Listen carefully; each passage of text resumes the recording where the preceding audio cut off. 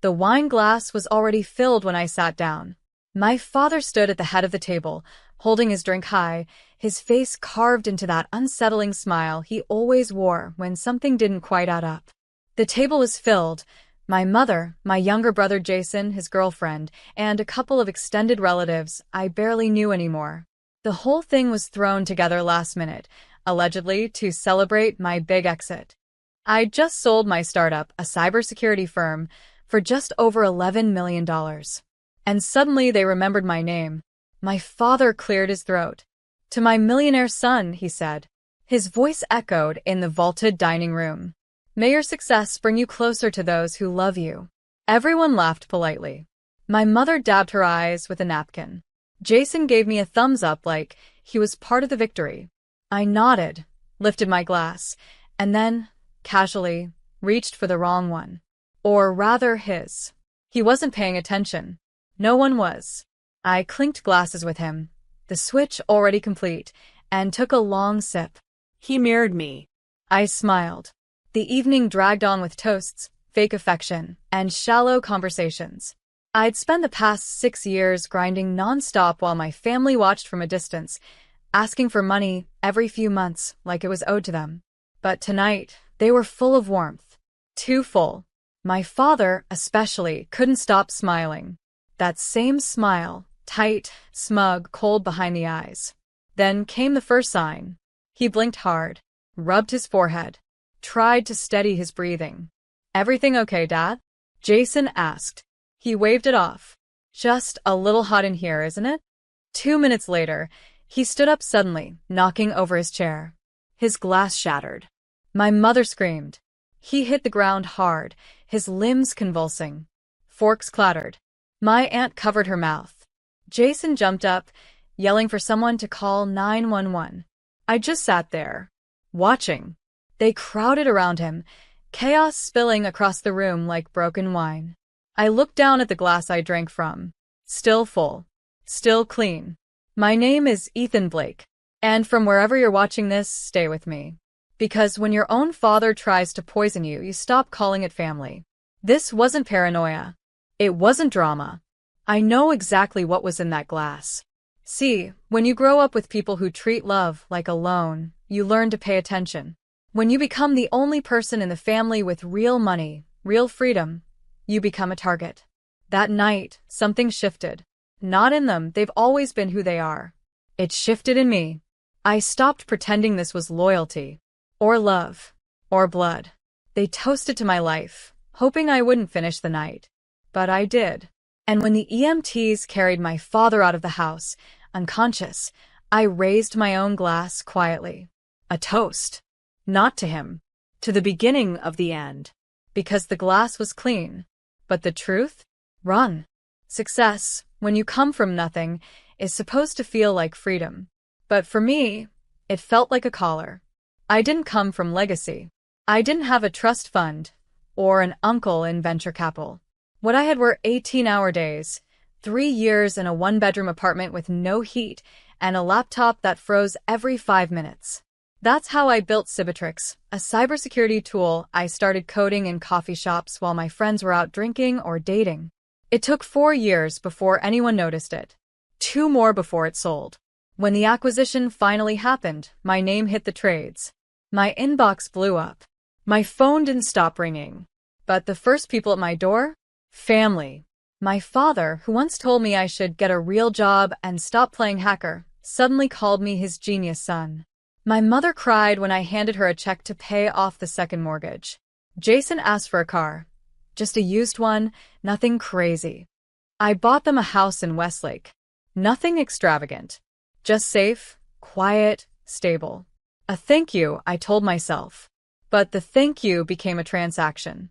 The shift was quiet at first. Can you cover this month's HOA fees? Your mom's back is acting up. Think you could handle her chiropractor visits? Your brother's between jobs again. Just for now. I justified all of it. I wanted to be the good son. I'd missed birthdays, holidays, and hospital visits building my business. Maybe this was how I made it up to them. But the gratitude never lasted longer than the deposit cleared. Eventually, they stopped asking and started expecting.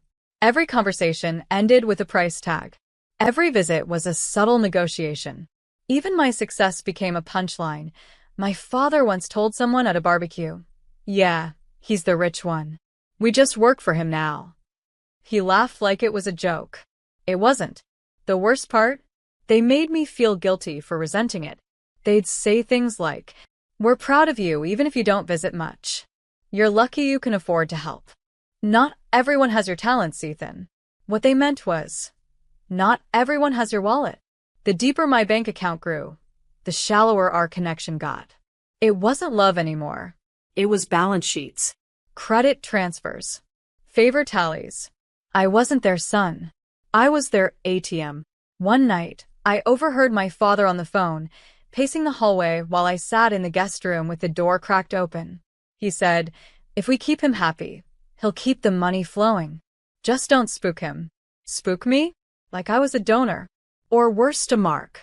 That was the night I stopped pretending. They didn't celebrate me because I succeeded. They celebrated because I cashed out. And now, sitting across from them at that dinner, I realized something else. They didn't want a son. They wanted an exit plan. There's a moment, right before something breaks, where everything feels too perfect. Like a calm surface hiding a whirlpool underneath. That dinner? It was too perfect. Table set with the good plates. Candles burning low. My father already sipping wine when I walked in, which was unusual because he never drank before the food was served. He always claimed it was a waste of a good vintage. But that night, 3 glasses already poured. Mine was waiting. He looked up at me with a smile I'd seen before, not warm, not proud. Calculated. "Sit, son," he said. "Tonight's special." The days leading up to that dinner had been off. First, there was the call from my mother asking if I'd finalized the will yet. You know, just in case anything ever happens. Said she saw a documentary about how young millionaires die without planning. Then came the headaches, the fatigue, the strange taste in my protein shakes that I couldn't quite place. I chalked it up to stress until the dizziness hit me while driving. I had to pull over and sit in a gas station lot for 30 minutes before I could see straight. I went to the doctor. Nothing definitive. Just keep an eye on it. Blood pressure, maybe. Stress again. But deep down I knew. The clue came by accident. I dropped my keys behind the couch one morning. While reaching down, I spotted it, a tiny white pill, wedged in the carpet. I'm no pharmacist, but I have a friend who is. I sent her a picture. "That's a benzodiazepine," she texted back. "Strong sedative. Who's taking that?" No one in the house was supposed to be on anything like that. At least, not officially. I didn't say a word. Just kept smiling, nodding, and planning. By the time the dinner invitation came through, my instincts weren't whispering anymore. They were screaming. And then the glass. Poured ahead of time. No one else's was fresh. Just mine. My father raised it, his eyes locked on mine. "To my millionaire son," he said. He never said things like that. He was the kind of man who'd call you soft for celebrating birthdays. Suddenly, he's making toasts. That smile again. Like he already knew something I didn't. I felt my throat tighten. So I smiled back. And while they passed around bread and dipped into casual conversation, I switched our glasses. It was simple. Easy. They weren't watching. They never watched me closely, not the way I watched them. What happened 30 minutes later? My father's hands began to tremble. His smile faded. He coughed once, then again harder. And then he collapsed face first into the mashed potatoes. Panic broke out around the table. I stayed seated. Because, deep down, I wasn't surprised. I took the wine glass with me when I left the hospital. No one noticed. They were too busy acting shocked, rallying around my father, pretending it was just a bad reaction to blood pressure meds. The same man who mocked doctors for decades suddenly had a condition they forgot to mention. I didn't argue. I didn't even flinch. I just slipped the glass into a sealed bag and left. And 2 days later, the results from the private lab came in digitalis. A naturally occurring poison. Slows the heart.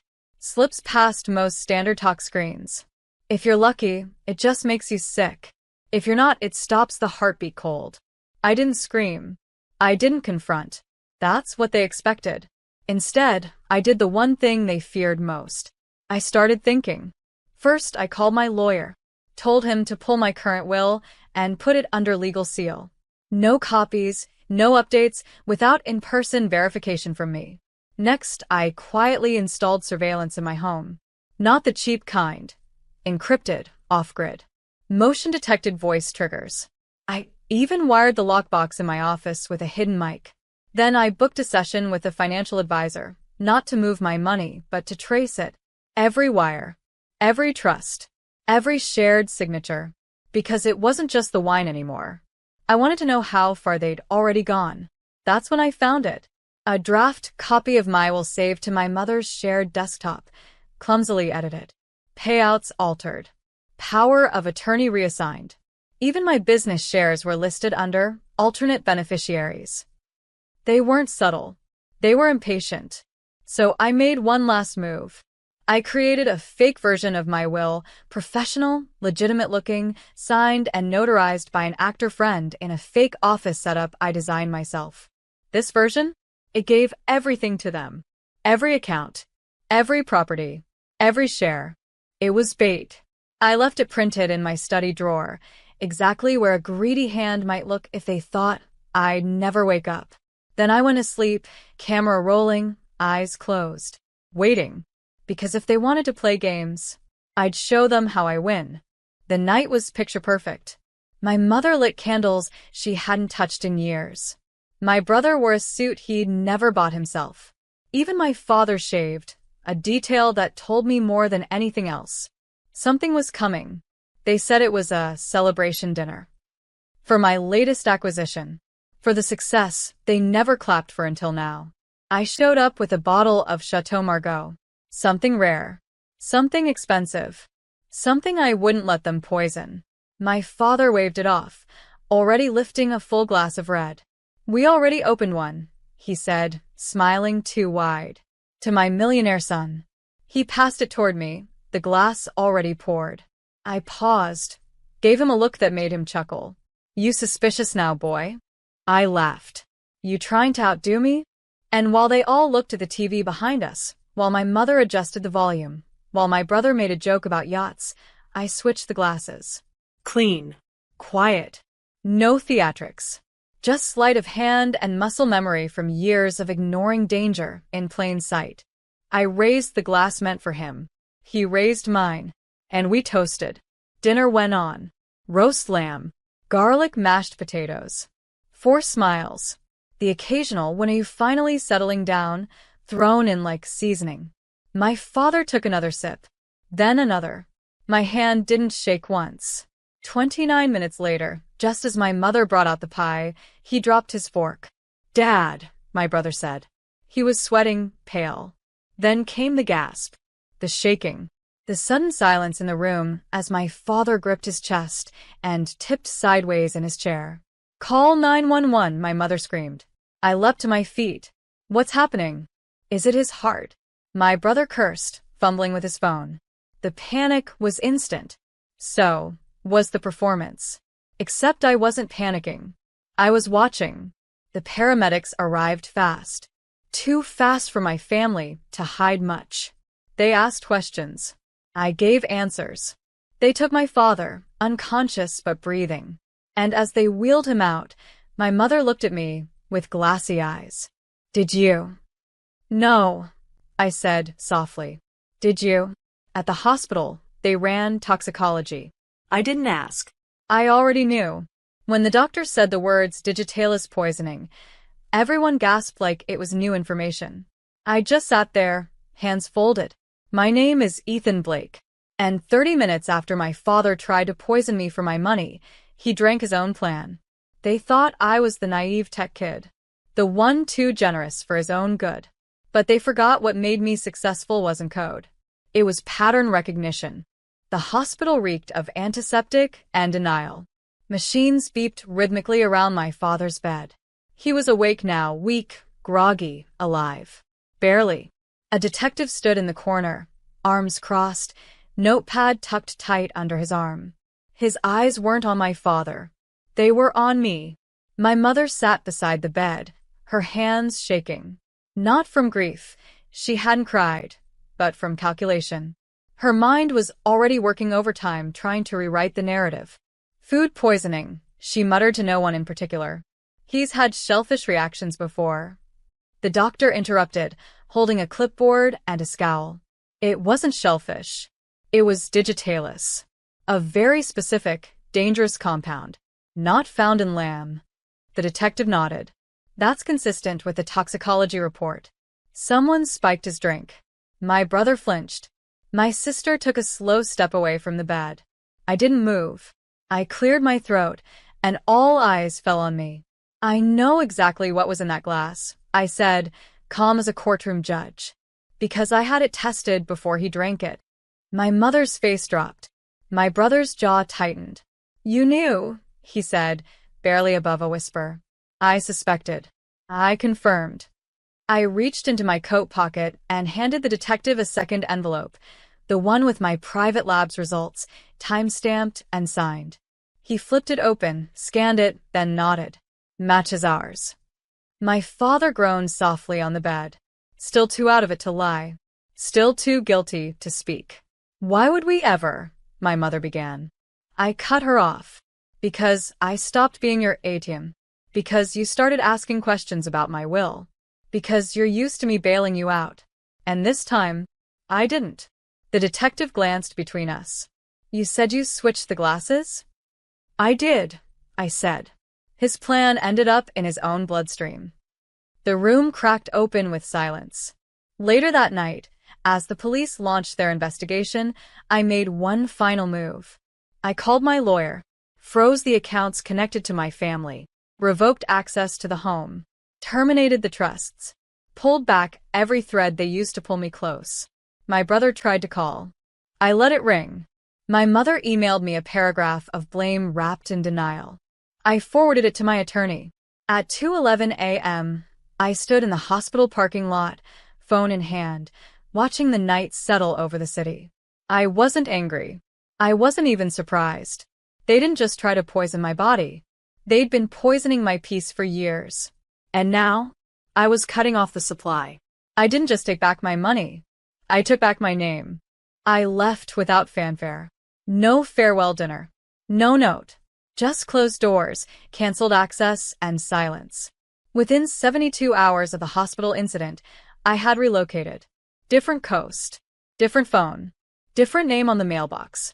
For the first time in years, I could hear myself think. In Lark Hill, Oregon, a small creative city nestled between mountains and ambition, I started over. No headlines. No handshakes from people who only knew my bank account. Just people building things for the love of it. I began investing, not in startups looking to scale fast and cash out, but in people with purpose. An app developer who coded from his car.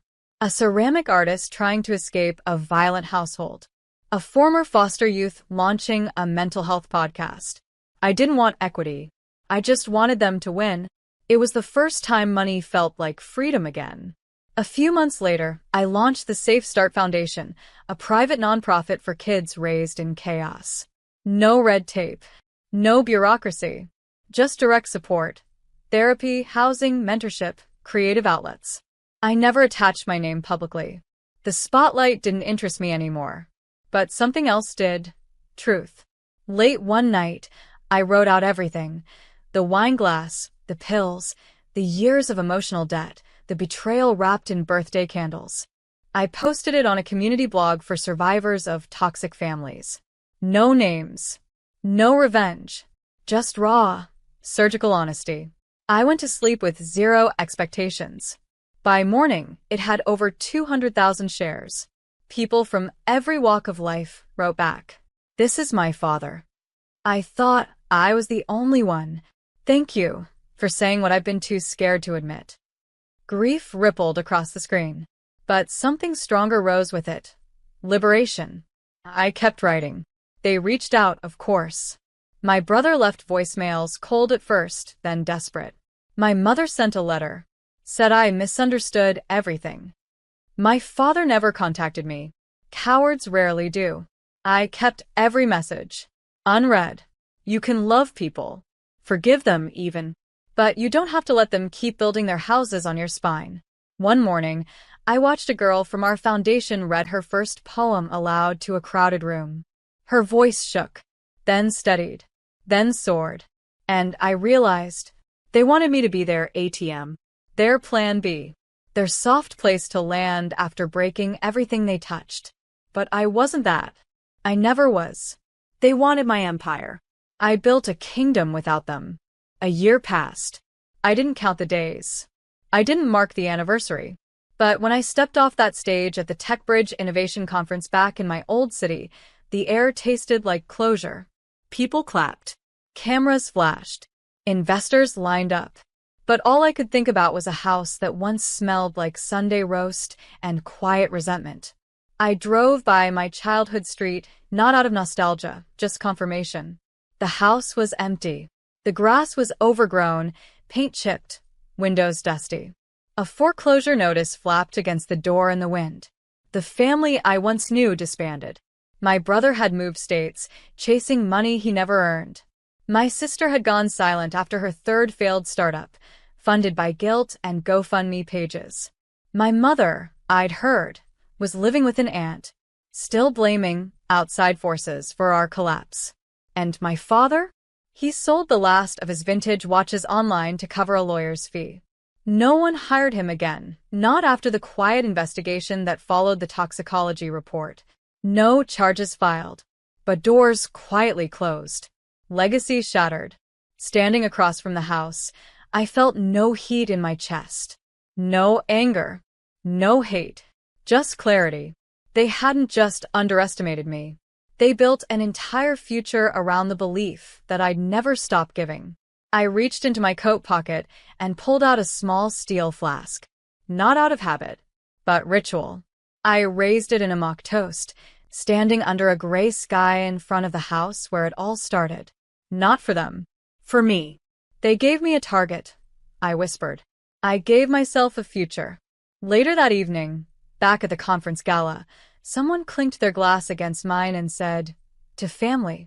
I smiled politely, but inside, I toasted something else. To peace.